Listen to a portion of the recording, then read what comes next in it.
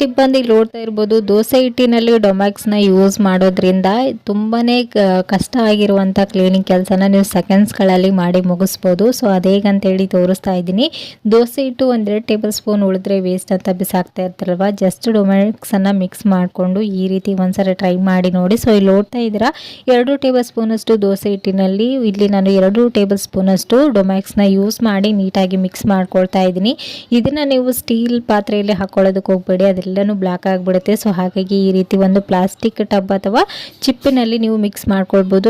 ಈ ರೀತಿ ಸಾಬೂನು ಕಲೆ ಹತ್ತಿರುವಂಥ ಟೇಲ್ಸ್ಗಳಾಗಿರ್ಬೋದು ಅಥವಾ ಈ ರೀತಿ ಸ್ಟ್ಯಾಂಡ್ಗಳು, ಬಕೆಟ್ಗಳು ಎಲ್ಲನೂ ಎಷ್ಟು ಕ್ಲೀನ್ ಮಾಡಿದ್ರು ಮತ್ತೆ ಈ ರೀತಿ ವೈಟ್ ಆಗ್ತಾ ಇರುತ್ತಲ್ವ. ಸೊ ಅಂತಲ್ಲಿ ನೀವು ಡೈಲಿ ಕ್ಲೀನ್ ಮಾಡ್ಕೊಳ್ತಾ ಇರ್ತೀರ, ತುಂಬಾ ಟೈಮ್ ಹಿಡಿತಾ ಇರುತ್ತೆ ಕ್ಲೀನ್ ಆಗೋದಕ್ಕೆ. ನಂತರ ಮತ್ತೆ ವೈಟ್ ಎಲ್ಲನೂ ಹಾಕ್ತಾ ಇರುತ್ತಲ್ವ. ಸೊ ಆವಾಗ ನೀವು ಈ ಒಂದು ಪೇಸ್ಟನ್ನು ಜಸ್ಟ್ ಹಚ್ಚಿ 2 ಮಿನಿಟ್ಸ್ ಬಿಟ್ಟು ನಂತರ ನೀವು ಈ ಒಂದು ಸ್ಕ್ರಬ್ಬರ್ನ ಸಹಾಯದಿಂದ ವಾಶ್ ಮಾಡ್ಕೊಳ್ಳೋದ್ರಿಂದ ನೀಟಾಗಿ ಕ್ಲೀನ್ ಆಗುತ್ತೆ. ಸೊ ಇಲ್ಲಿ ನೋಡ್ತಾ ಇರ್ಬೋದು, ನಾನು ಒಂದು ಸ್ಟ್ಯಾಂಡನ್ನು ಕ್ಲೀನ್ ಮಾಡಿ ತೋರಿಸ್ತಾ ಇದ್ದೀನಿ. ಮೊದಲಿದ್ದಕ್ಕೂ ಇವಾಗೂ ಎಷ್ಟು ಡಿಫ್ರೆಂಟ್ ಕಾಣ್ತಾ ಇದೆ ಅಂತ. ಸೊ ಈ ರೀತಿ ನೀವು ಜಾಸ್ತಿ ಸಾಬೂನು ಕಲೆ ಹತ್ತಿರುವಂಥ ಟೇಲ್ಸ್ಗಳು, ಬಕೆಟ್ಗಳು, ಈ ರೀತಿ ಸ್ಟ್ಯಾಂಡ್ಗಳನ್ನು ನೀಟಾಗಿ ಕ್ಲೀನ್ ಮಾಡ್ಕೊಳ್ಬೋದು. ಅದು ತುಂಬ ಟೈಮ್ ಹಿಡಿಯುವಂಥ ಕೆಲಸನ ಸೆಕೆಂಡ್ಸ್ಗಳಲ್ಲಿ ಮಾಡಿ ಮುಗಿಸ್ಬೋದು. ಓಕೆನಾ.